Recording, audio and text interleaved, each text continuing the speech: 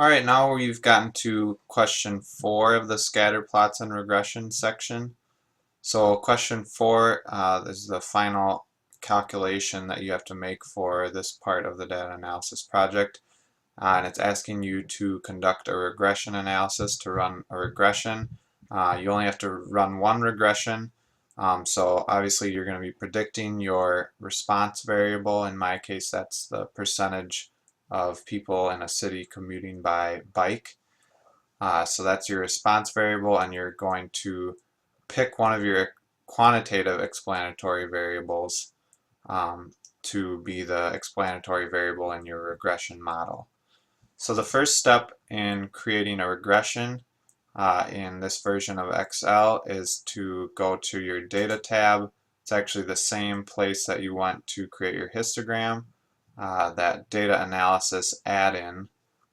So if you click on the Data Analysis add-in, instead of choosing histogram from the list of tools, we're just going to choose regression and click OK. And now our y variable, remember the y variable is usually the shorthand for the response variable, so that's asking for your response variable. You can click on this and you can select it by clicking and dragging with your mouse. And then notice that we selected the first cell here that contains the name of the variable. That'll help you keep track in the results of which variables you're using. But because we did that, we need to check this labels box here. Otherwise, it will give us an error because this isn't a number, and it will try to run the regression including that value. So we want to click the labels box so that it knows that first cell is the label for the variable. Now we want to pick our explanatory variable that's going to be in the model. And in this case, let's look at the relationship. Let's use fatality rate as our explanatory variable. Okay, we selected that. And again, we'll want to put this in a new worksheet. And other than clicking that labels box, you shouldn't have to change any other options. So now we've selected our variables, we can click OK. And now we have the regression output in a new worksheet here. So question 4, it has 4 parts. The first part asks you to evaluate how appropriate regression is for these two variables, and that's based on comparing or actually just looking at your scatter plot for these two variables and assessing the extent to which there's a linear relationship between those two variables. Then in part B of question 4, it asks you to just report the equation of the regression line and the R-squared statistic. So the key here is to know where to look for those two, where to look for the values to answer those two parts. So question B, we're asked to write out the regression equation. So let's write the regression equation here. And you can do this either in the spreadsheet or in a Word document that you submit. So our response variable here is commute. And you can write this as y equals, or you can write the name of your variable, commute equals.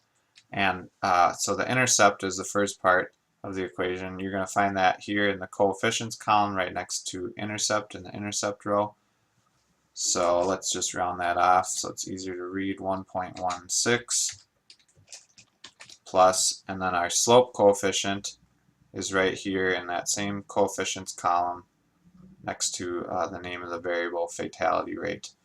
So actually it's not going to be plus, it looks like it's a negative coefficient, so plus minus 0.027, we'll round it off there, times our fatality rate variable. So that's one good way to write out your regression equation. You could include, instead of writing the name of the variable, you could write y equals 1.16 minus 0.027 times x if you wanted to. This might be a little more clear.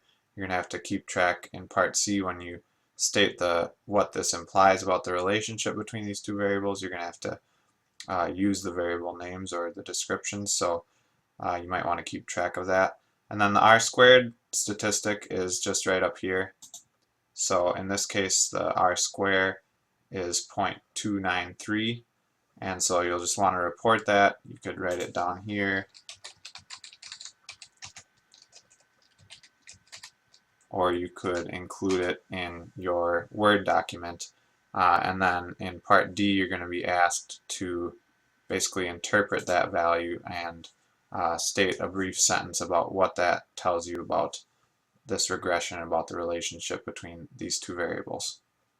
So that's how you perform a regression in Excel and where to look for those coefficients for your equation and for the r-square value.